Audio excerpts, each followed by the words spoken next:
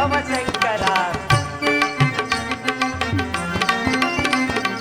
ಓಂಕಾರ ಕೇಂಕಾರ ಸಾಂಬ ವಿಭವ ಶಂಕರ ಚಿತ್ತ ಗಿಡ ಗಿಡ ಚಿತ್ತ ಗಿಡ ಗಿಡ ಚಿತ್ತ ಗಿಡ ಚಿತ್ತ ಗಿಡ ನಾಟ್ಯ ಶೇಖರ ನಾಟ್ಯ ಶೇಖರ ನಾಟ್ಯ ಶೇಖರ